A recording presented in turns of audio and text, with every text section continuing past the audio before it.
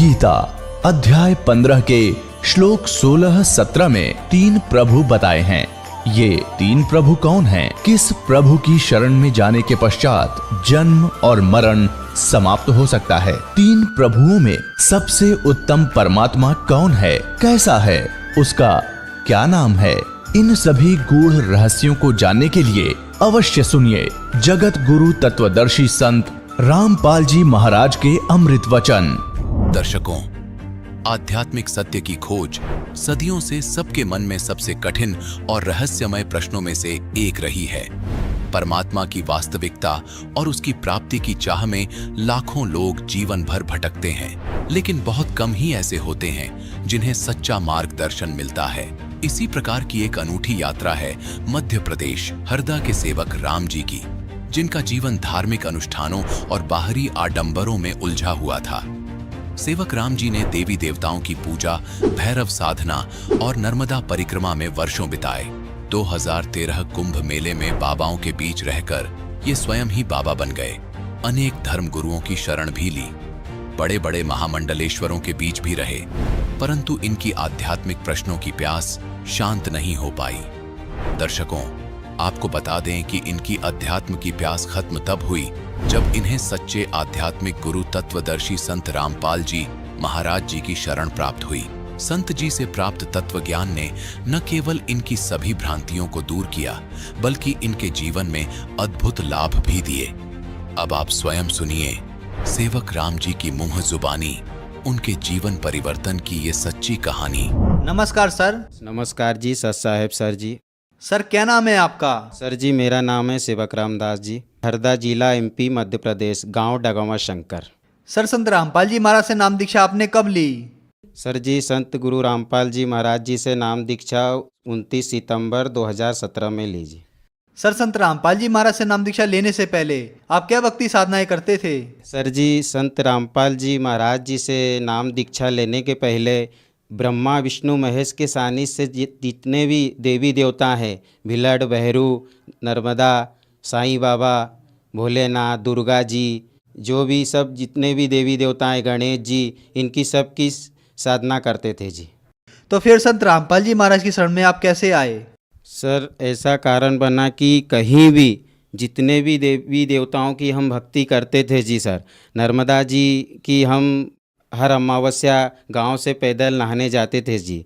हमारे गांव से नर्मदा नदी 45 किलोमीटर पे पड़ती है। लोग बाग मोटर गाड़ी इनसे जाते थे, मैं पैदल ही जाता था जी, कि कहीं से भी मालिक का सच्चा ज्ञान मिल जाए और हमें घर सच्चे ज्ञान मिलने के बाद घर में सुख शांति हो जी, बाहर वादा कलेश मिटे जी।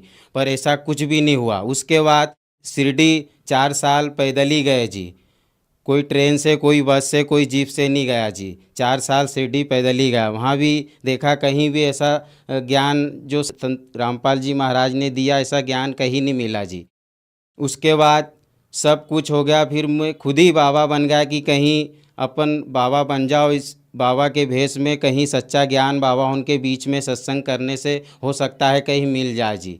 तो ऐसा कुछ नहीं हुआ। 2013 में कुंभ था, उस समय में 15-20 दिन बाबा उनके बीच में रहा। एक साधु से मेरी चर्चा हुई, सत्संग हुआ, तो उस साधु से मैंने पूछा कि जैसे जो महामंडलेश्वर, शंकराचार्य, जो पूरी गिरी ये सब बनाते हैं, कैसे बनाते हैं जी।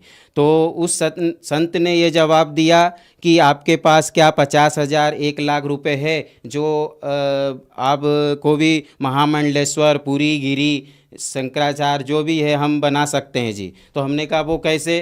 तो उन्होंने वो बताया, बोले ऐसे कि आपको एक कार्ड दिया जाएगा, उसमें सब आपका पक्का एड्रेस पूरा अखाड़े का, और आपको एक आश्रम दिया जाएगा। तो हमने सोचा, हमने पूछा, उनसे पूछा कि ये क्या ऐसे ही अगर हमारे अंदर कोई सच्चा ज्ञान या कोई हमारे पास में कोई ग्रुप जो हमसे कोई सत्संग कर सके कि पूर्ण परमात्मा कौन है जी, तो हम फिर उसे क्या बोले, कुछ रोमान की 2-4 चौपाई सुना दो, कुछ गीता के 2-4 कुछ चौपाई सुना दो, बस अपना सत्संग हो गया जी।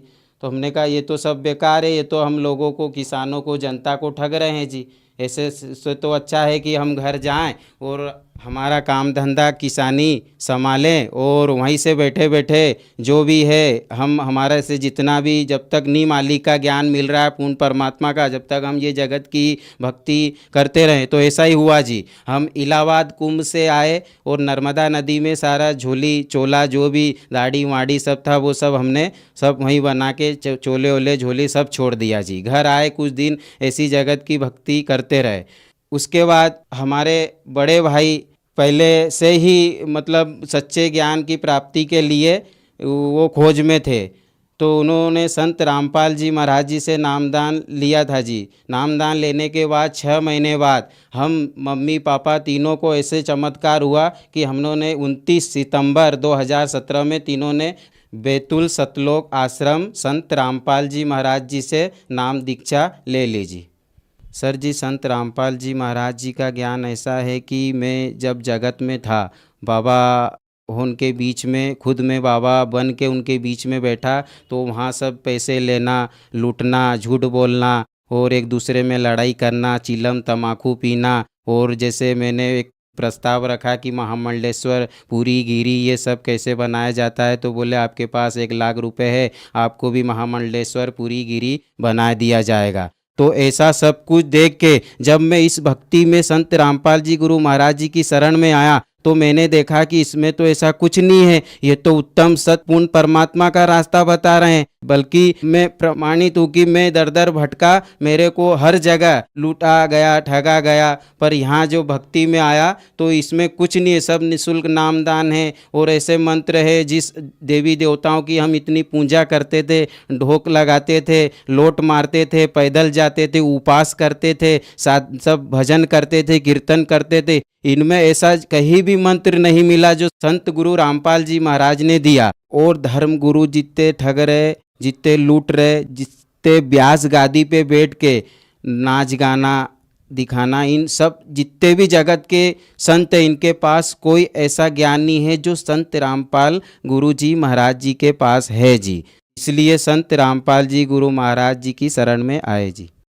सर, हमने सुना है कि संत रामपाल जी महाराज से नाम दीक्षा लेने के बाद श्रद्धालुओं को बहुत सारे लाभ प्राप्त होते हैं, चाहे वो आर्थिक हो, शारीरिक हो, मानसिक हो या भौतिक हो। तो क्या आपको भी कुछ लाभ प्राप्त हुए संत रामपाल जी महाराज से नाम दीक्षा लेने के बाद?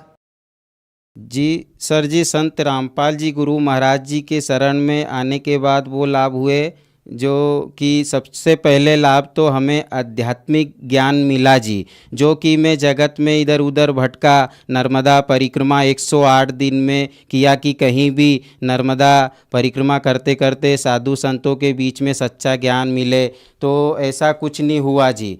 और इलाहाबाद में गया तो वहाँ कुछ संतों के बीच में बैठा, वहाँ भी सब यही बताया जी कि ये पैसे से महामंडलेश्वर पूरी गिरी बन जाए। बाकी ऐसा जो संत रामपाल जी गुरु महाराज जी की शरण में आने के बाद ज्ञान मिला, मैंने जगत में ऐसे 10-12 गुरु बना चुका हूँ जी कि कहीं भी परमात्मा का सच्चा ज्ञान, सच्चा रास्ता मिल जाए जी। पर उन गुरुओं के बीच में भी ऐसा कोई ज्ञान नहीं मिला जी जो कि हमारे संत गुरु रामपाल जी महाराज जी की शरण में आने के बाद मिला जी। पहला लाभ तो ये है जी। दूसरा लाभ ये है सर जी कि हमारी मम्मी बिमला दासी नाम है उनका, उनके घुटनों में खूब दर्द होता था जी, उनसे चला नहीं जाता था, घुटनों में ऐसे दर्द होता था कि उनको घुटनों पे कपड़ा बांधना पड़ता था जी। पर उन्होंने भी संत रामपाल जी गुरु महाराज जी की शरण में आए, तब से उन्होंने मंत्र जाप किए। उन मंत्र जापों से ऐसा चमत्कार हुआ कि आज तक कोई दर्द नहीं घुटनों में है जी।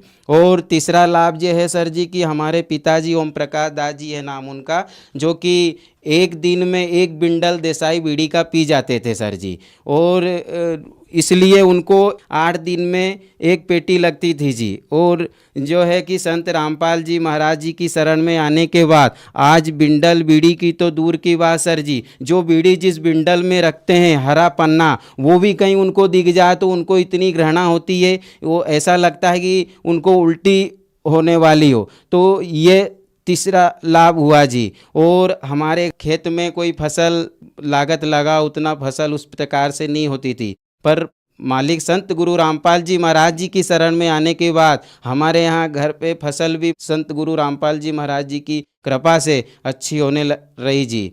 सर जी ऐसा है कि जैसे मैंने प्रथम गुरु बनाया, वहाँ हमें नौजवान शरीर देख के, हमारी सेवा भाव देख के हमें कोई ज्ञान कुछ बताए नहीं।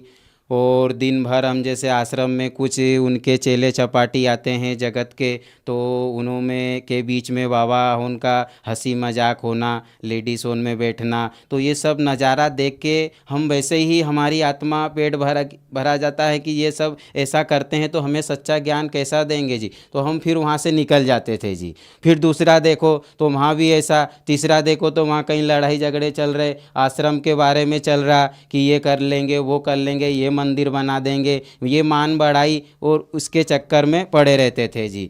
ऐसे महामंडलेश्वर उनके बीच में भी गए तो वो भी बस यही मान बढ़ाई के चक्कर में भगवा कपड़ा पहन लेना, माला डाल लेना, तिलक लगा लेना, ये सब उनके बीच में। और कभी अगर कोई अच्छा सेठ बड़ा आ जाए पैसे वाला, तो हम जैसे कोई गरीब अगर बैठा हो चेला, अब अगर सच्चे ज्ञान के लिए तो उनको दूर बैठा देंगे, उनको पहले पास में बैठाएंगे जी। तो ऐसा मैंने सब कुछ देखा। कोई डॉक्टर के पास जाता है, कोई कहीं के पास जाता है, ऐसा ही अगर सच्चे ज्ञान प्राप्त करने के लिए आप अगर 10 या 20 गुरु भी बनाना पड़े तो बना सकते हो जी। जब तक सच्ची पूर्ण परमात्मा की भक्ति हमें नहीं मिले, जिससे हमें घर में क्लेश बाधा दूर नहीं हो, तब तक हमें वो सच्ची भक्ति नहीं हो सकती, वो सच्चा भक्त नहीं होता। ऐसे ही इतने 20 गुरु बनाने के बाद हमारे संत रामपाल जी गुरु महाराज जी ने ऐसा ज्ञान दिया जो कि आप गुरु बनाने की कोई आवश्यकता नहीं है। पूरे विश्व में यही गुरु रहेंगे,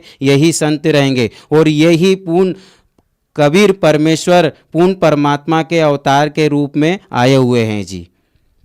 तो संत रामपाल जी महाराज ने आपको बहुत सारे सुख दिए, तो जो समाज आज आपको देख रहा है, आप उन्हें क्या संदेश देना चाहेंगे? सर जी, मैं संदेश तो क्या दे सकता हूँ, प्रार्थना कर सकता हूँ कि जगत के जितने साधु समाज ये है उनसे प्रार्थना करता हूँ जी कि आप भी आइए।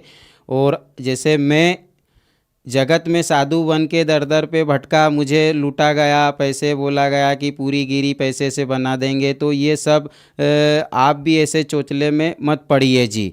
आप अगर सच्चे पूर्ण परमात्मा की तलाश आप करते हो, आपके अंदर अभिमान नहीं है, मान बढ़ाई नहीं है, तो जो संत सदगुरु रामपाल जी महाराज जी भक्ति दे रहे हैं, वो भक्ति को आप पहले जो पुस्तक है जीने की राह, अंधश्रद्धा भक्ति, ज्ञान गंगा, इन पुस्तकों को पढ़ो और जो भी गीता है उनसे मिलाओ।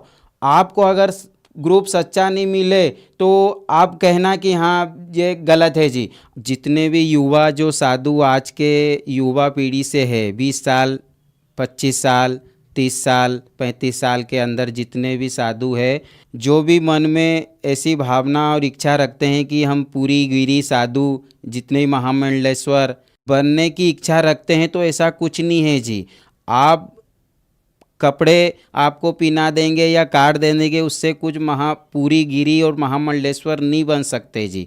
हमारे अंदर, हमारे पास जब तक पूर्ण परमात्मा का सच्चा ज्ञान नहीं रहेगा, तब तक हम उस परमात्मा के सेवक नहीं बन सकते जी। उनसे सभी से प्रार्थना है कि संत गुरु रामपाल जी महाराज जी की शरण में आइए और अपना कल्याण कराए जी। संत रामपाल जी महाराज से नाम दीक्षा कैसे ले सकते हैं? सर, संत रामपाल जी गुरु महाराज जी से नाम दीक्षा ऐसे ले सकते हैं कि कहीं चैनलों पे, टीवी पे सत्संग आते हैं जी, तो नीचे एक पट्टी चलती रहती है, उसमें सब कांटेक्ट है जी। उन नंबरों पे संपर्क करके संत रामपाल जी महाराज जी की शरण में आइए। धन्यवाद सर। सत साहिब। दर्शकों, अभी आपने सुने संत रामपाल जी महाराज से दीक्षा प्राप्त करके सुखी हुए भक्त के अनुभव। अब देखिए जगत गुरु तत्वदर्शी संत रामपाल जी महाराज के मंगल प्रवचन। मैंने उनको ऐसी उल्टी पट्टी पढ़ा दी कि सब मेरे ही ज्ञान को ग्रहण किए हुए हैं, और कलयुग में तो उनकी ऐसी हालत कर दूंगा कि किसी को भी भक्ति योग्य नहीं छोड़ूंगा। देवल धाम और तीर्थ पुजवाऊं, देव धाम इनकी पूजा करवाऊंगा, या विद जीवों को भरमाऊं। अपने आत्मा अभी परमात्मा का ज्ञान आपके ईव समझ में आवेगा।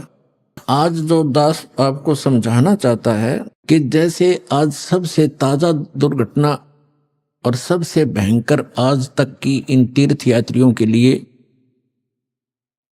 ये है कि केदारनाथ के दर्शनार्थ गए हुए इन बद्रीनाथ केदारनाथ के श्रद्धालुओं के ऊपर कितना कहर टूट गया, परिवार के परिवार नष्ट हो गए। इसलिए ये ज्ञान आज आपके समक्ष करना अनिवार्य हो गया और अब ये सबको स्वीकार्य होगा। दास बहुत वर्षों से देख रहा है, कोई अमरनाथ पर जाते हुए कभी 2000 कभी 1500 बर्फानी तूफान के अंदर बहुत से मरते सुने गए। एक बार हरिद्वार के अंदर वो नीलकंठ के जो मंदिर है उसके ऊपर एक पहाड़ का टुकड़ा टूट के गिर गया, वहां सारे मारे गए, वो नीलकंठ भी टूट गया। फिर वो टुकड़ा पत्थर का टुकड़ा जो भारी पहाड़ था, पत्थर बहुत भारी, उस रास्ते में लुढ़कना शुरू हो गया जिससे यात्री ऊपर चढ़ रहे थे ऐसे, और उधर से वो लुढ़कना शुरू हो गया, पीस दिए वहां से लेकर नीचे तक। और फिर वहां एक लक्ष्मण झूला है, गंगा के ऊपर एक पुल बना हुआ है, लोग कुछ जा रहे थे, फिर वहां से सुन सुनकर कुछ बचे हुए कोई इधर भाग रहा था, कोई इधर भाग रहा था, कोई पुल को पार करने की चेष्टा वापस कर रहा था। तो भीड़ में भगदड़ मच गई।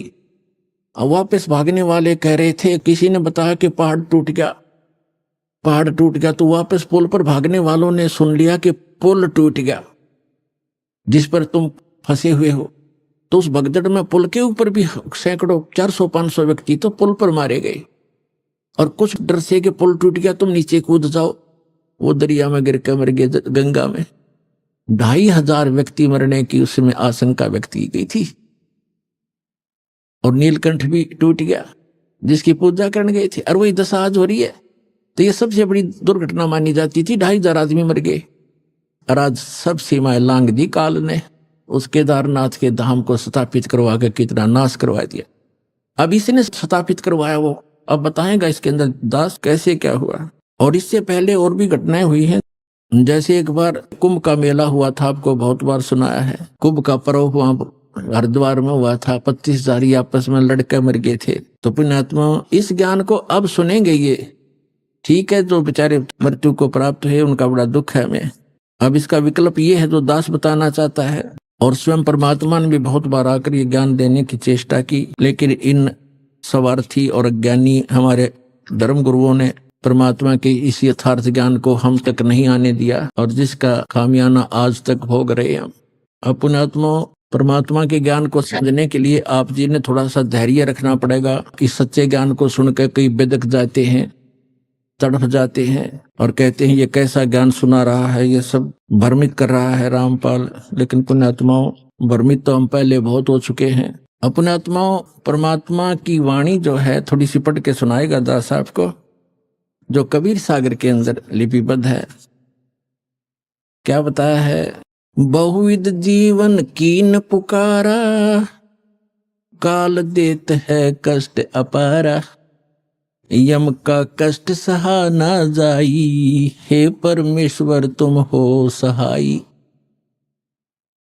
आए जहां यम जीव सतावे, है काल निरंजन जीव नचावे। चटक पटक करें जीवता भाई, ठाड बहे पुनता हम जाई। कहते वहां जीवों ने तपस्या के ऊपर हाहाकार मचाई, पुकारने लगे बुरी तरह कि हमसे इस काल का कष्ट सहा नहीं जाता, भगवान आप कहाँ हो, परमात्मा हमें बचाइए। वो तपस्या पर जैसे बड़बूजा बुगड़े बुनता है, खील बुनता है, चावलों की पटक पटक होते हैं, वहां जीव ऐसे चटक पटक होकर के उनके अंदर से वासना निकालता है। चटक पटक जीव करे ता भाई, ठाड बहे ता पुन हम जाई। ठाडे वहां खड़े हो गए जाकर हम। मोहे देख जीव कीन पुकारा, हे साहेब हम लेहो उबारा। तब हम सत शब्द गोरावा, पुरुष शब्द से जीव तपत बुझावा।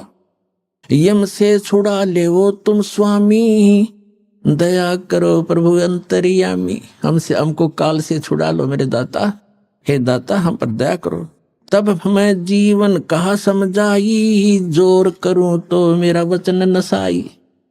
इसने वचन लिया था कि जबरदस्ती करके बलपूर्वक न ले जाना जीवों को, तो परमात्मा कहते यदि मैं जबरदस्ती बलपूर्वक तुम्हें ले जा तो सकता हूँ, 1 सेकंड में इसके सारे किस ब्रह्मांड को समेट सकता हूँ, लेकिन जोर करूं तो मेरा वचन न साई। जब तुम जाय धरो जग नर देहा, तब तुम करियो शब्द स्नेहा।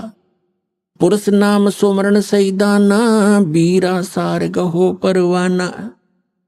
मेरा ये जो सार नाम प्राप्त कर लेना, इतना धैर्य रखना, उस ज्ञान को सुनना।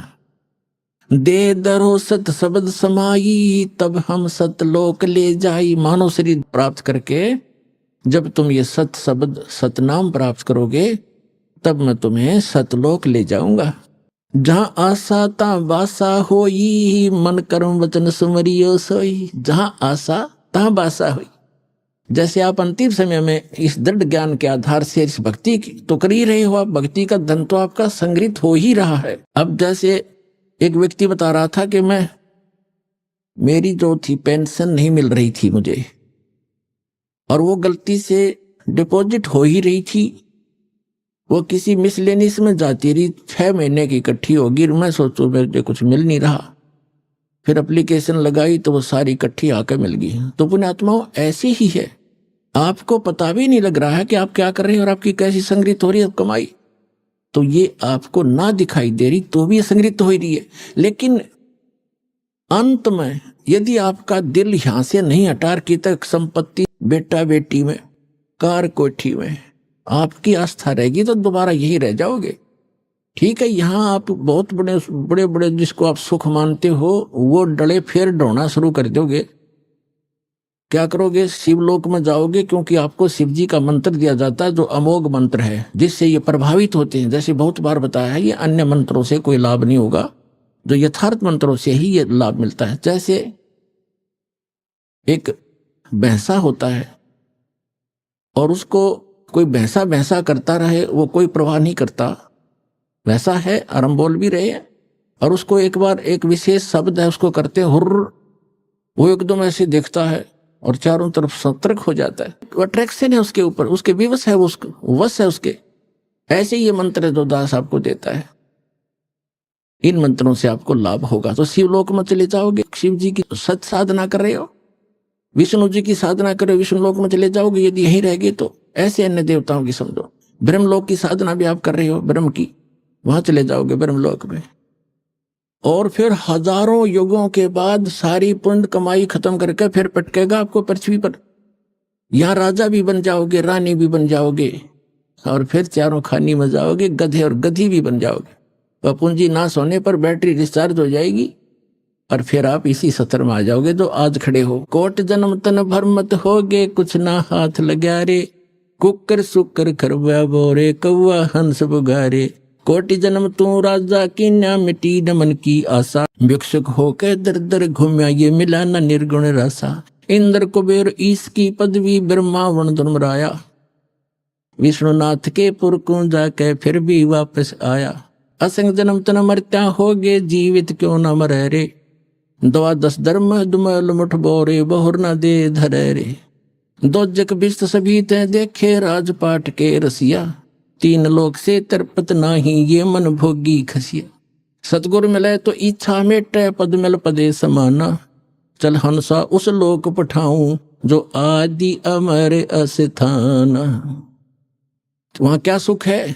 4 मुक्ति जहां चंपी करती, माया खोरी दासी, दास गरीब अभय पद पर से, वो मिले राम अविनाशी। तो क्या बताते हैं फिर तुम? यहां परमात्मा कह रहे हैं, जहां आशा ता बासा होई, मन कर्म वचन सुमरियो सोई। जहां आशा होगी अंत समय में, जैसे गीता अध्याय नंबर 8 के श्लोक नंबर 6 में कहा है कि जिस भाव से भावित व्यक्ति अंत समय में रहता है, उसी इष्ट को प्राप्त हो जाता है। तो आपको ज्ञान इसलिए दिया जाता है, रह रहकर आपको पढ़ाया जाता है, तोते की तरह रटाया जा रहा है। जैसे बच्चों को स्कूल में शिक्षा दी जाती है, वो शिक्षा उनका आधार आजीवन रहता है। इसी प्रकार आपको ये ज्ञान दिया जाता है, तो अंत समय में ये ज्ञान याद रहना चाहिए आपके। फिर परमात्मा यहाँ तक दयालु हैं, अब इनकी दयालुता का हम शब्दों में उनको बता नहीं सकते। क्या कहते हैं? यदि तुम गलती कर भी गए, ऐसे रह गए यहाँ पर, धक्के तुमने खाने पड़ेंगे। और ये सो और सर जो पिछली पीढ़ी का यू हाथ से निकल गया, फिर तो पछताना ही पड़ेगा। फिर भी कितने दयालु हैं, आपके पुण्य बचा देंगे। शिव मंडल ब्रह्मापुरी जय विष्णु लोक में हो, हमरे गुण भूले नहीं तो आन छुटाऊं। तो ये कौन से ज्ञान के आधार से कि यहाँ के लोक में कोई भी सुख अच्छा नहीं है। किसी भी लोक में हम गए हैं, वहाँ इनके रेस्टोरेंट हैं, ये ठेकेदार हैं, हमारी ही पूंजी का 10% की 15% की 20-25% ये लेते हैं और अपना गुजारा चला रहे हैं। पुण्य तुम्हारे होते, उन पुण्यों से ये अपना गुजारा करें। ये तो कॉन्ट्रैक्टर हैं यहाँ के सभी देव ब्रह्म तक। तो वहां आप चले जाओगे, आपको वहां जाकर भी पता लग गया कि विष्णु लोक या ब्रह्मा लोक में जहां आप रह रहे हो कि ये तो हम अपनी पूंजी नाश करने आ गए। गुरुजी ऐसे बताते थे, भगवान का दिए ज्ञान को हमने गलती कर दी। वहां भी तरफ से रोगे तो कहते वहां भी पहुंच जाऊंगा मैं और आपको छुटवा के लाऊंगा कि छोड़ो इसको, ये गलती से आ गया। लेकिन ये मोक्ष समय निकल चुका होगा, लेकिन इस दौरान कोई गलती बन गई तो दयालु आपको फिर पुनः यहां जन्म दे देगा, वो तो अलग बात है। लेकिन फिर बढ़ा दिया समय और वो जन्म मनमाना हो जाए नाइजीरिया में और वहां का बन जा राष्ट्रपति के पुण्य खूब कर ही रहे हो या भक्ति सत कर रहे हो आप। आज राष्ट्रपति प्रधानमंत्री को समझा के देखो, यो ज्ञान उनके पास टाइम ही नहीं है। तो पुण्यात्माओं काल के बहुत भयंकर जाल है का, इसको समझना पड़ेगा, अपने सतर्क रहना पड़ेगा। तो यहाँ क्या बताते हैं, जहाँ आशा ताबासा हो ही मन कर्म वचन सुमरियो सोई। उन जीवों को बता रहे भगवान, कह जीव सुन पुरुष पुराना, नर देह धरो बिसरो नहीं ज्ञान। अब वहां तो कहें जी हमने देख लिया, सारा जाल समझ में आ गया। हे पुराना पुरुष, आदि पुरुष, आदि परमेश्वर, हे सनातन परमात्मा, हे असली भगवान, हे रियल गॉड। वो जीव तपस्या पर बैठे बैठे जो भगवान की दया से उनकी तपत बंद होगी, जलन नहीं रही, उनको पीड़ा नहीं हो रही थी, जब बोल रहे हैं कि अब के चले गए ना मनुष्य जीवन पा गया, जो ज्ञान भूलेंगे नहीं हम। और काल पहला काम यही करे, यहाँ थे सबसे पहले ज्ञान बुलाता, तू कौन था, कहां से आया था, खत्म कर देता है तीनों गुणों के प्रभाव से। सुखदेव ऋषि को ये ज्ञान था, 12 वर्ष तक गर्भ से बाहर नहीं आके जाते बुद्धि भ्रष्ट हो जाती है इन तीनों गुणों के प्रभाव से। तब इसने तीनों देवताओं ने, ब्रह्मा विष्णु महेश ने जाकर इससे कहा था, व्यास की पत्नी की गर्भ में था, ये कहा था ऋषि बाहर आ जा भाई। 12-12 वर्ष बहनें माताएं बच्चों को पेट में रखेंगी तो वो दुखी हो जाएंगी, हमारी व्यवस्था चेंज ना करे तो। तब इसने कहा था कि मैं तब आऊंगा जब तुम अपनी माया रोक लोगे। तो ये कहने लगे हम ज्यादा समय तक इसको रोक नहीं सकते, हमारा शरीर फट जाएगा, हम इतनी देर रोक सकते, इतनी देर। तो उन्होंने बोला तुम इतनी देर ही रोक लो। कहते तीनों देवा थम्बी माया गर्भ उधर से बाहर आया, तुरंत 1 सेकंड के अंदर बाहर आ गया, सेकंड के भी कुछ हिंस में। तो कहने का भाव ये है कि उस समय आया ये जिसमें उन्होंने अपनी थोड़ी सी, इतने से ज्यादा ये रोक नहीं पाते। सचेत रहा कि भक्ति करनी चाहिए, मनुष्य जीवन बार बार नहीं मिलता। अपने पिताजी को भी दर्शन भी नहीं दिए ना उसके करे, व्यास जी के पुत्र पुत्र के व्यास टेरा। और तो कहता है एक लेवा एक देवा दूतम। वेद व्यास जी ने कहा बेटा तेरा तो दिखा दे, तेरा 12 वर्ष तक इंतजार की कि बेटा होएगा बेटा होएगा, दर्शन करूंगा। तब इसने कहा था कि एक लेवा एक देवा दूतम को किसी का पिता नहीं पूतम, संबंध जुड़ा एक ठाठा अंश में सब 12 बाटा। ऋषि जी ना जाने कितनी बार मैं तेरा बाप हो लिया, ना जाने कितनी बार तू मेरा बाप हो लिया, ये तो भयंकर समस्या है, इसका समाधान करूंगा। अब कहते हैं गुरु बिन काहू न पाया ज्ञाना, जो थोथा बुछड़े मूड किसाना। गुरु बिन वेद पढ़े जो प्राणी, समझे न सार रहे अज्ञानी। अब प्रेरणा पाके निकल भी गया, काल की जाल देख कितने भयंकर है। आगे मन में आ गया मेरे से समर्थ कोई है नहीं, आकाश में उड़ गया मैं। फिर इसकी दुर्गति कर रखी थी, फिर परमात्मा ने दया बख्शी, इसकी सद्बुद्धि लाई ठिकाने के गुरु बना, राजा जनक जी से उपदेश लिया और तब थोड़ा बहुत राहत मिली जो इसी लोक की थी। और सतलोक की तो बात ही छोड़ दो। अब समय आया है तो दास पर रजा करिए, आपके ऊपर मेहर किया, आपका जन्म मनुष्य जीवन का है, स्त्री या पुरुष का। अब इसका लाभ उठाओ पुण्यात्मा। कहे जीव सुन पुरुष पुराना, नर देह पा बिसरो नहीं ज्ञाना। हे परमात्मा, हे आदि पुरुष, हे पुराणा पुरुष, सुन लो। अब मनुष्य जीवन पा करके हम कभी भी परमात्मा की सत भक्ति और ये ज्ञान नहीं भूलेंगे, हम भ्रमित नहीं होंगे।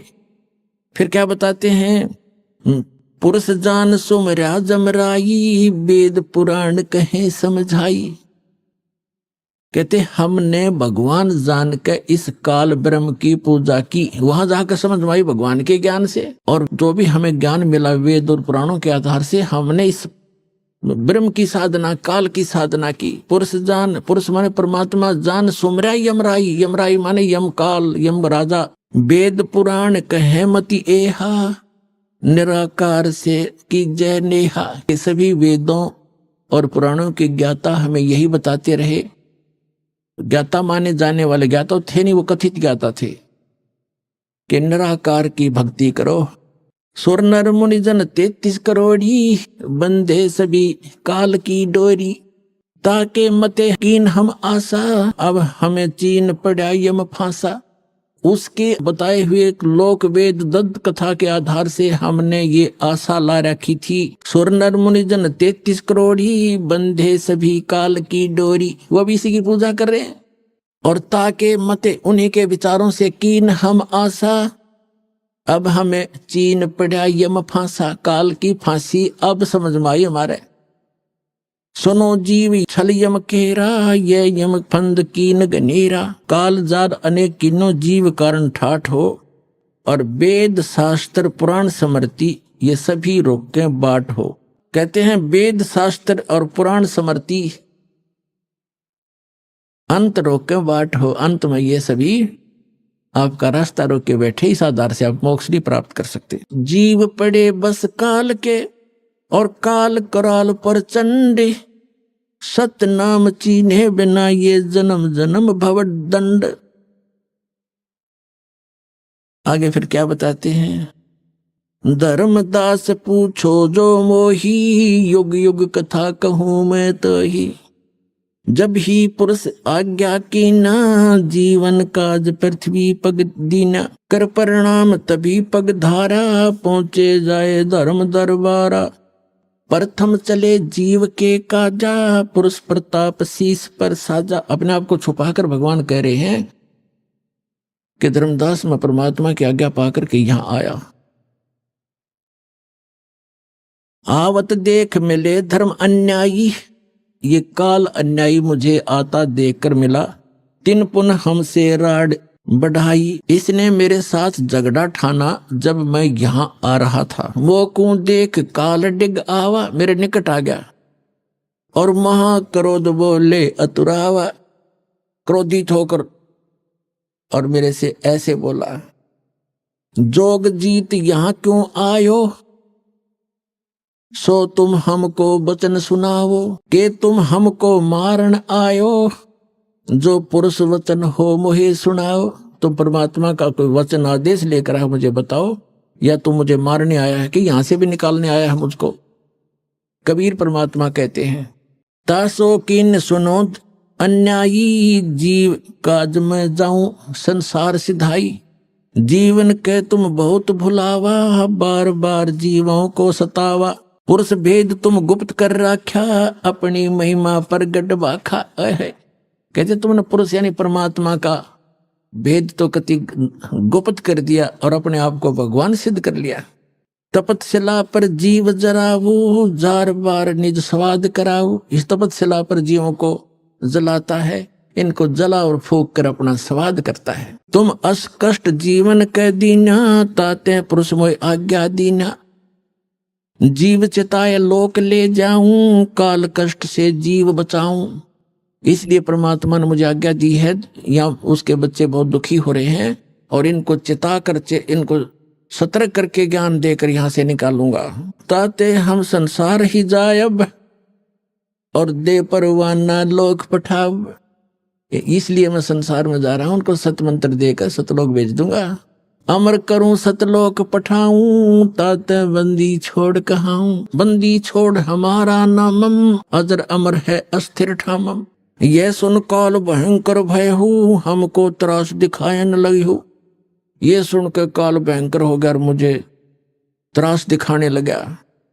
काल कहता है, 70 युग हम सेवा कीनी, राज पुरुष ने मोह को जीना। 70 युग मैंने तपस्या की और परमात्मा ने मुझे ये लोक दिया है। मैंने कोई नाच गा कर नहीं प्राप्त किया, अपनी तपस्या से प्राप्त किया है, भगवान ने दिया है। और तू यहाँ कैसे आ गया? 70 युग हम सेवा कीनी, ए राज बढ़ाई पुरुष मोह दीनी। फिर 64 युग सेवा ठायो, अष्टखंड पुरुष मोहि देव। तब तुम मार निकारा मोहे, जोग जीत ना छोड़ू तो है। कहते वहां से तूने हमें मार पीट कर भगा दिया था किसी ब्रह्मांड समेत सतलोक से, अब आप मेरे लोक में क्यों आ गए? मैं तुझे नहीं छोड़ूंगा। परमात्मा क्या कहते हैं कबीर साहब, तब हम कहो सुनो धर्मराया, हम तुम्हारे डर नहीं डराया। तेरे डर से मुझे कोई डर नहीं है। हम कहते ज पुरुष बल आही, अरे काल तब डर मोहे नाही। मेरे पास परमात्मा की दी हुई शक्ति है, तेरा मेरे ऊपर कोई असर नहीं होगा। पुरुष प्रताप सुमरते ही बारा, शब्द अंग ते काल ही सारा। धर्मदास जी को कह रहे मैंने सिमरण किया परमात्मा के दिए है उस मंत्र का। तत्क्षण दृष्टि ताई पग हेरा, श्याम लाट बह होते ही केरा। जब मैंने सिमरण किया ना, धर्मदास से कह रहे हैं परमात्मा कबीर जी कि मैंने सतनाम का और सौर नाम का सुमरण किया ना, काल का असली चेहरा सामने आ गया। काला शरीर, ओछा माथा, टेढ़ा सा माथा इसका, भयंकर सा। तत्क्षण दृष्टि ता पर हेरा, श्याम लाट बहोती केरा। पंख घात जैसे होए पखेरू, ऐसे काल मही पर हेरू। जैसे पक्षी की पंख कट जाती हैं, ऐसे वो काल पृथ्वी के ऊपर गिर गया। और करे क्रोध कुछ नहीं बसाई, तब पुन परे चरण अंतर आई। मेरे ऊपर बड़ा बड़ा क्रोध कर रहा है, जैसे पक्षी के पंख कट जाते हैं, फिर मेरे चरणों को आके पकड़ लिया। कह निरंजन सुनो हो ज्ञानी, करो विनती तो हे सो। जान बंधु विरोध कीनो, घाट बही अब मोहे सो। अब कहते हैं तत्वदर्शी संत रूप में आए हुए जोगजीत, अब मैं आपसे एक विनती करता हूं, मेरे से घाट यानी घटिया कर्म हो गया आपके साथ विरोध करने का। जान बंधु विरोध की ना, घाट बही अब मोहे सो। मैंने आपको भाई जान के आपके साथ तू मैं कर दी, मेरे से गलती होगी। पुरुष सम अब तो है जानो, नहीं दूजी भावना। तुम बड़े सर्वज्ञ साहिब, अक्षमा छतर तनावना। अब मैं तो आपको भगवान के पुरुष के तुल्य मानता हूं और आप तो अक्षमा के सागर हो। तुम हो करो बख्शीश पुरुष दीन, दस राज हम और 16 में तुम ईस ज्ञानी पुरुष सो एक सम। कि आप तो सबसे बड़े भाई हो हमारे 16 के 16 में, उन 16 में आप बड़े हो और मुझे माफ कर दो। आपको परमात्मा समान ही मानता हूं, पिता के समान। धर्मराय असविनती ठानी, मैं सेवक द्वितीय नहीं जानी। दयावंत तुम साहेब दाता, एति कृपा करो हे ताता। अब मैं आपको थोड़ा सा वो सुनाऊंगा, क्योंकि आज प्रसंग है कि केदारनाथ और ये क्यों कैसे बने, ये प्रसंग बीच में रह जाएगा जो आज जरूरी है। जनता के हरदम ये समावे भी का वहां सर्वनाश हो चुका है। थोड़ा सा बता के फिर आगे कथा सुनाता हूं। कहते हैं फिर काल ने क्या कहा, सतयुग त्रेता द्वापर माही, तीनों युग जीव थोड़े जाई। चौथा युग जब कल युग आवे, तब तो शरण जीव बहु जावे। ऐसा वचन हर मोह दीजे, तब संसार गमन तुम कीजिए। कबीर साहब परमात्मा कहते हैं, बिनती तोर लीनी में जानी, मोह के उठगे काल अभिमानी। 10 विनती तुम मोह संग कीनी, सो हम बख्श मैं तो हे दीनी। चौथा युग जब कल युग आवे, तब हम अपना अंश पठावे। चौथा युग जब कल युग होगा, कहते हैं वहां अपना अंश भेजेंगे। ये दास भेज रखा पुणात्मा, आज ये याद रख लियो।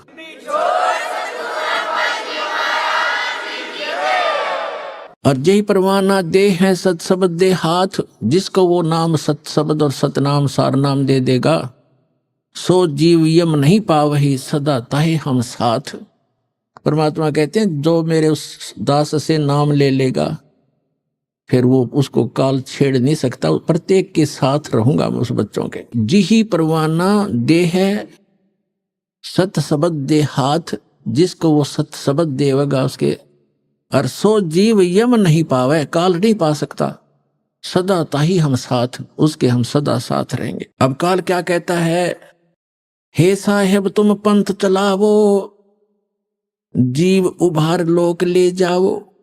वहां जाकर के आप करोगे ना ऐसा। अब ये क्या कहता है, पंथ एक तुम आप चलाओ, जीवों को सतलोक पठाओ। आप तो एक पंथ चलाओगे, परमात्मा ने कहा कि आगे बताएंगे।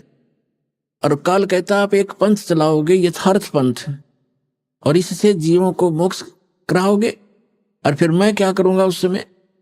कहता है 12 पंथ करूं मैं साजा, नाम तुम्हारा ले करूं आवाजा। 12 पंथ चलाऊंगा और तुम्हारा नाम लेकर अमरलोक सतलोक सतलोक सतपुरुष की कथा सुना के, कबीर साहब परमात्मा कबीर साहब के गुण गा के, सतगुरु कबीर साहब के नाम से कहते हैं 12 पंथ करूं मैं साजा, नाम तुम्हारा ले करूं आवाजा। 12 पंथ नाम जो ले ही, वो मेरे मुख में आन समोई, और अनेक पंथ चलाऊं, या विद जीवों को भरमाऊं। अब कहते हैं परमात्मा को कहता है काल के 12 पंथ तेरे नाम से चलाऊंगा। जैसे गरीबदास साहिब जी तक आपको कबीर सागर कबीर वाणी में दिखाया बहुत बार, आज इनमें भी दिखाएंगे सत्संग के दौरान। उसमें कहा कि कबीर साहब यानी चूड़ामणि से लेकर गरीबदास जी तक 12 पंथ हैं काल के। तो इसका प्रमाण आपको कबीर सागर से देते हैं। ये कबीर सागर है, यहां देखिएगा परमात्मा का कबीर चरित्र, और ये बोध सागर में कबीर चरित्र प्रश्न नंबर 1871 पर 1870 पर, ये बोध सागर वही खंड है इसका। और 1870 पर क्या लिखा है नीचे, ये गद्य भाग में लिखा है कि कबीर साहब के पंथों का वर्णन। प्रथम नारायण दास का पंथ, ये कबीर पंथियों ने गड़बड़ कर रखी है। नारायण दास ने तो कबीर साहब का मार्ग अपनाया नहीं था, वो तो श्री कृष्ण पुजारी था, सारा कुछ कह लिया था, मान्या नहीं था। ये है चूड़ामणि का पंथ, दूसरा है यागू दास, और तीसरा सूरत गोपाल, चौथा मूल निरंजन, पांचवा टकसारी पंथ, भगवान दास पंथ, सतनामी पंथ, कमाली पंथ, कमाल का पंथ है, कमाली नहीं, राम कबीर पंथ, परम धाम की वाणी पंथ, प्रेम धाम की, जीवा पंथ, और 12वां है गरीबदास पंथ। उसमें क्योंकि यथार्थ भक्ति नहीं है, महिमा परमात्मा की थोड़ी बहुत है, वो कबीर साहब को एज ए गॉड नहीं मानते। लेकिन गरीबदास जी जो थे वो पुण्यात्मा थी, उनको परमात्मा ने यथार्थ ज्ञान दिया था, उन्होंने अपने आंखों देखा, एक गरीबदास ग्रंथ बनाया है। तो उनको आदेश था कि अभी किसी को ये बताना नहीं यथार्थ मंत्र, लिख जरूर दिया, लिख रखा उन्होंने, और ज्ञान भी सारा लिख रखा है, पर वो कहीं कहीं टुकड़ों में लिख रखा है। जैसे स्पेयर पार्ट्स की दुकान होती है, उसमें सारे मोटर के पार्ट होते हैं गाड़ी के। अब कोई कहीं रखा कहीं रखो, वो तो अपनी सुविधा अनुसार, इंजीनियर ही उनको उठा उठा कर गाड़ी बना सकता है, अनजान को कुछ कर ही नहीं सकता, सारा सामान रखा है। तो ये दास इंजीनियर बना के भेज दिया, राम नाम की गाड़ी बना दी आपके लिए।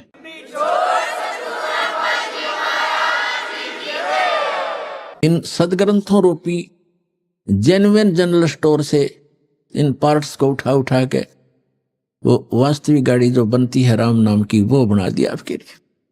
अब क्या बताते हैं, कहते हैं 12 पंथ करूं मैं साजा, नाम तुम्हारा ले करूं आवाजा। 12 यम संसार पठाऊं, नाम तुम्हारे पंथ चलाऊं। ये 12 काल के अपने दूत भेजूंगा, इनके मुखिया होंगे। जैसे राधा स्वामी पंथ का मुखिया शिवदयाल जी था, इसका इनका कोई गुरु नहीं, सिर पैर नहीं कोई ज्ञान का। सतलोक और सतपुरुष की महिमा गावे, इसको ये नहीं मालूम सतनाम किसे कहते हैं, सतपुरुष किसे कहते हैं, सार शब्द क्या है और सतलोक क्या है, अटपट कर रखी है उसमें। और फिर भी उनके पीछे बौड़ी आत्मा चिपके बैठे।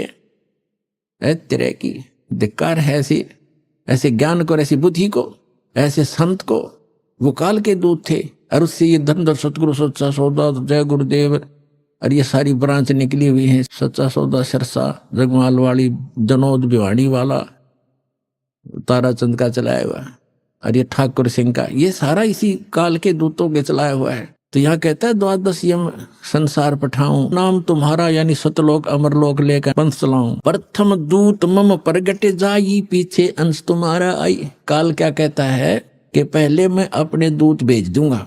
और परमात्मा ने कहा कि जब यू कलयुग बीचे 5500 पाचा, तब ये वचन मेरा होगा साचा, तब मैं अपना अंश पठाऊं और सब जीवों को सतमार्ग दिखाऊं। तो इसने कहा कि जब 5500 वर्ष बीतेगा ना कलयुग, उससे पहले हम अपने सारे बेच दूंगा और सबको भ्रमित कर देंगे, कोई देवता पे, कोई देवी पे, कोई तेरे ही महिमा सतलोक अमरपुर का के झूठी कथा सुना के गलत नाम दे करके मेरे जाल में फंसाए रखेंगे। क्या कहते हैं, प्रथम दूत मम प्रगट जाई, पीछे अंश तुम्हारा आई। पहले मेरे काल के दूत जाकर सबको भ्रमित कर देंगे और पीछे से तेरा अंश आवेगा, उसकी कोई नहीं सुनेगा।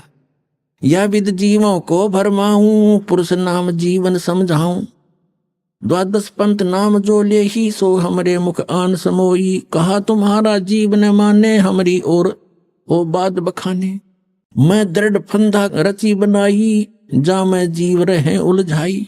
देवल देव पाषाण पुजाई, ओए होए, देवल मंदिर और देवी देवता और पाषाण माने पत्थर की पूजा कराऊं। कहता है देवल देव पाषाण पुजाऊं, तीर्थ व्रत जब तप मन लाऊं। इन बोल जा दूंगा इनको सबको। और यज्ञ होम और नेम आचारा, जैसे आप देखे ये यार, ये समाज के वेदों का नाम ले रहे, हवन यज्ञ पर आधारित सभा कर चल मेरे भाई। क्या एक यही मोक्ष मारे गए? तो यह ऐसे देवी देवताओं के ऊपर लग रहे हैं। तो क्या कहते हैं, यज्ञ होम और नेम आचारा, नित्य नेम, कोई गीता का पाठ करता है, कोई गायत्री मंत्र करता है, कोई कुछ करता है।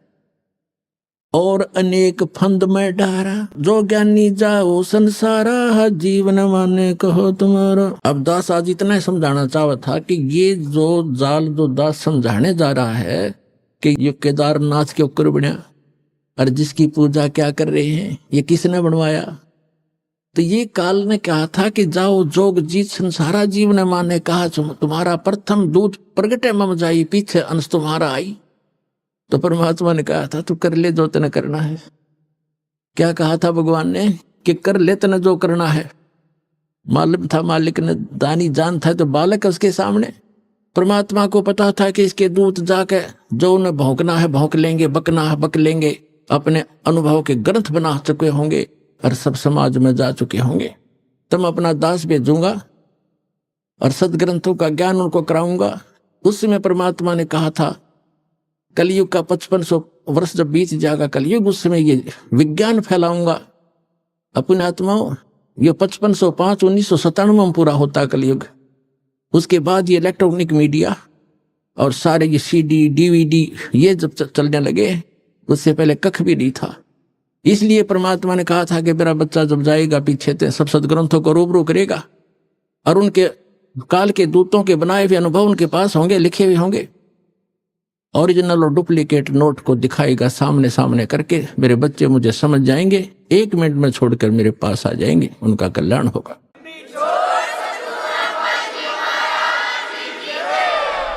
अभी आपने सुने संत रामपाल जी महाराज के मंगल प्रवचन।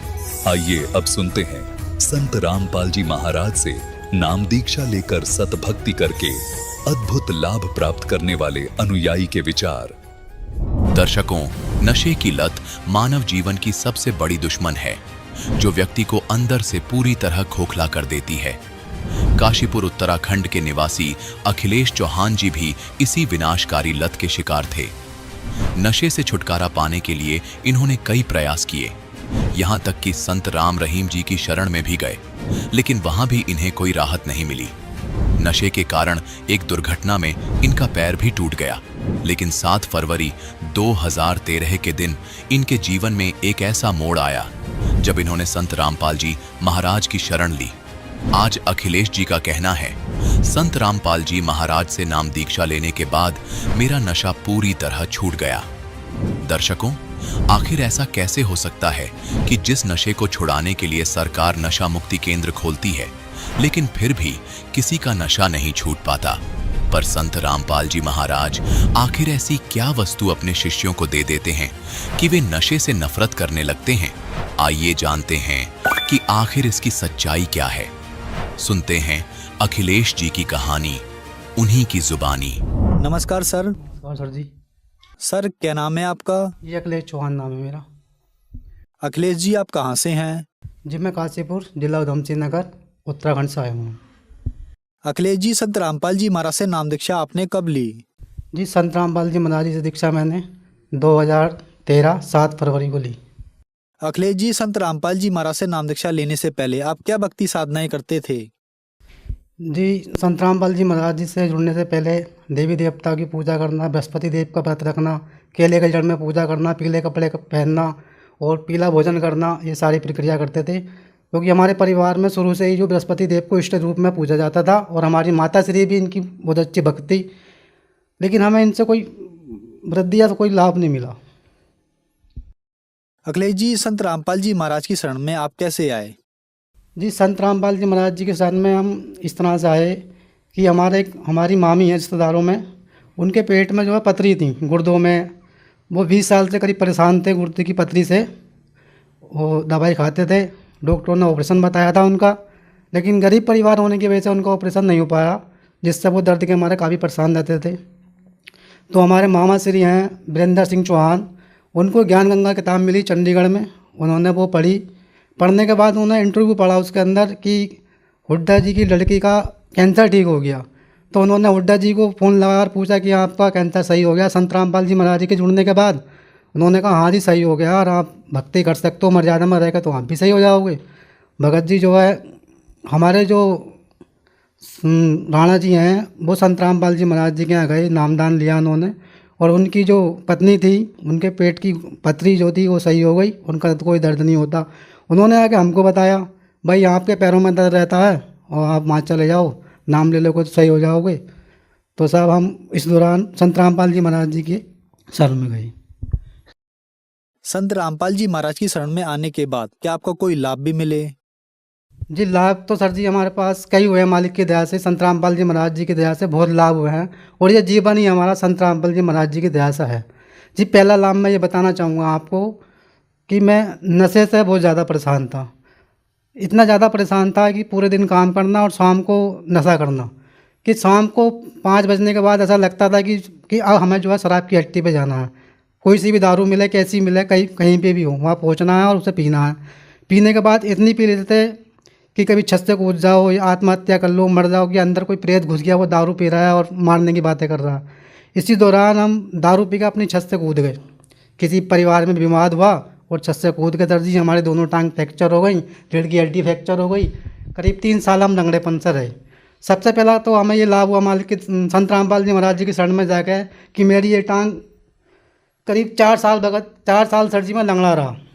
4 साल लंगड़ा रहने के बाद संत रामपाल जी महाराज जी से नामदान दीक्षा लेने के बाद मेरा ये लंगड़ापन सही हो गया और मैं अपनी बॉडी में बिल्कुल सही हो गया। मेरा 2013 से पहले 35 किलो शरीर में वजन था और ब्लड नहीं था बिल्कुल भी। डॉक्टर कहते ब्लड चढ़वाओ, ग्लूकोज चढ़वाओ। संत रामपाल जी महाराज जी के शरण में आने के बाद मैंने 4 बार ब्लड दे चुका हूँ। वजन मेरा 65 किलो है और मालिक की दया से मेरी रीढ़ की हड्डी में कोई दिक्कत नहीं, दोनों पैर मेरे सही हैं और मैं सही काम करता हूँ और सही सारा करता हूँ। सर जी नशा तो मैं इस तरह से करता था, समझ लो कि जैसे कोई दारू ऐसा से पीता था जैसे कोई पानी पीता हो। हमारी 4-5 नशा करने वालों की टीम थी, वो कहते थे मैं तुझसे ज़्यादा पी जाऊँ, मैं तुझसे ज़्यादा पी जाऊँ। तो 2-2 3-3 बोतल हम पी जाते थे। हमें ये पता नहीं चलता कि दारू कितनी पी रहे हैं, कि समझ लो कोई भूत घुस के अंदर आके पी रहा, पता ही नहीं चल रहा। और उसके बाद कभी कभी ऐसा होता था कि एक पैक पिया और साहब छत से कूद गए, लड़ाई झगड़े करने लगे। सुल्फा भी पी लिया, शराब भी पी ली और कैप्सूल भी खा ली, फिर भी नशा नहीं हुआ। इतना नशा करते थे हम।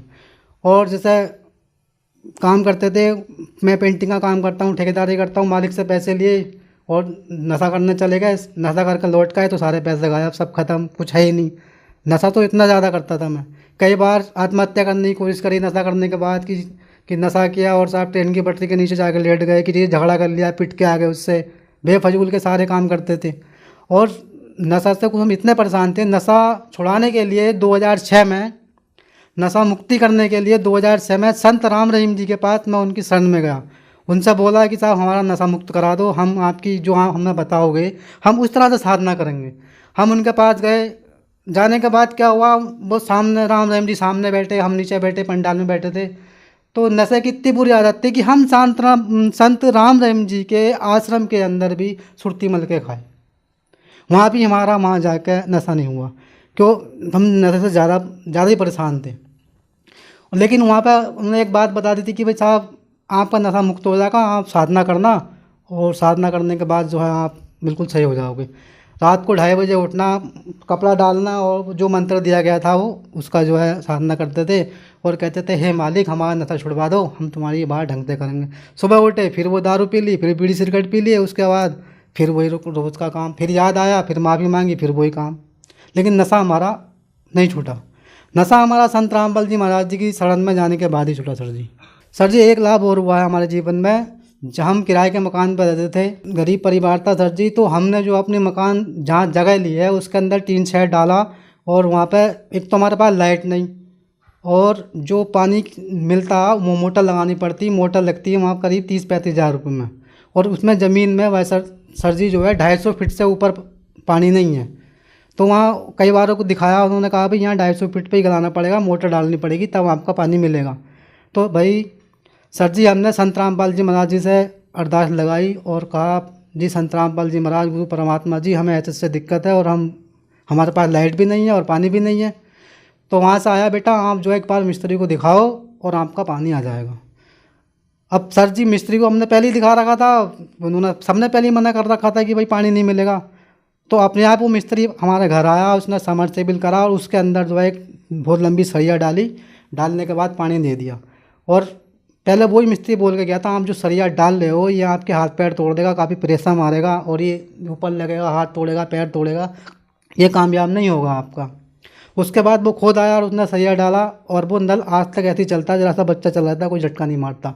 और उस जगह के एरिया में कोई ये कहे कि मैं झूठ बोल रहा हूँ, आज भी काशीपुर में, जिला उधम सिंह नगर, काशीपुर पॉलिटेक्निक के पास, पूर्व बिहार, अखिलेश चौहान मेरा नाम है और मेरी माँ का नाम शीला है। वो नल आज भी खड़ा हुआ है और आज भी पानी देता है, कोई भी जगह चला सकता है। उस मोहल्ले के अंदर किसी के यहाँ हैंडपम्प नहीं लगा होगा, ये हकीकत बात बता रहा हूँ मैं। किसी के यहाँ पानी नहीं है, सब लाइट भाग जाती है, अगर घंटों अगर लाइट नहीं आए तो सब पानी को परेशान हो जाते हैं, सब उस नल से पानी भरते हैं। वो संत रामपाल जी महाराज जी की दया से वो नल आज भी चल रहा है।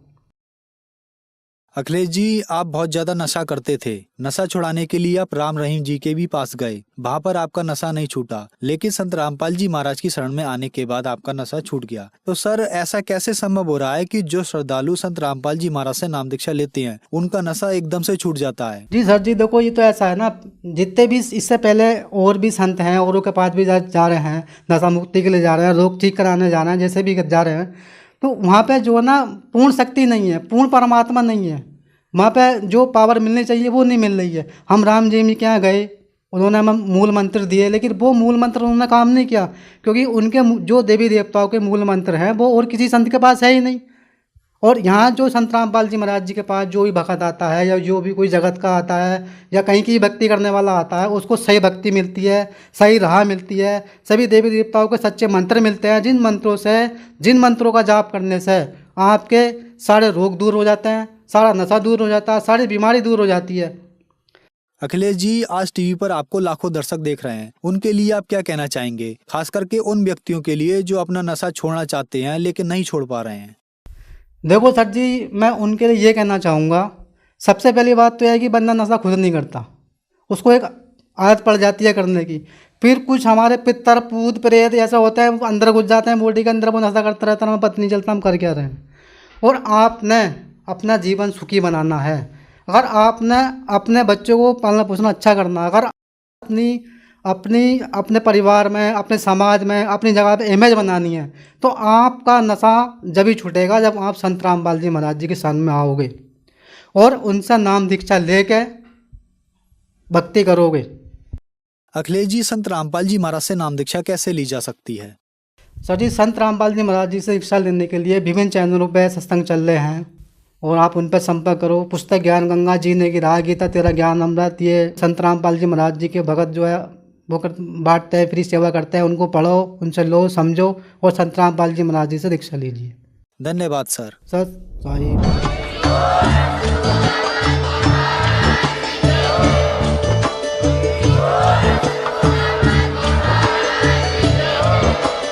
आप सुन रहे थे जगत गुरु तत्वदर्शी संत रामपाल जी महाराज जी के मंगल प्रवचन। अधिक जानकारी के लिए विजिट कीजिए हमारी वेबसाइट www.jagatgururampalji.org।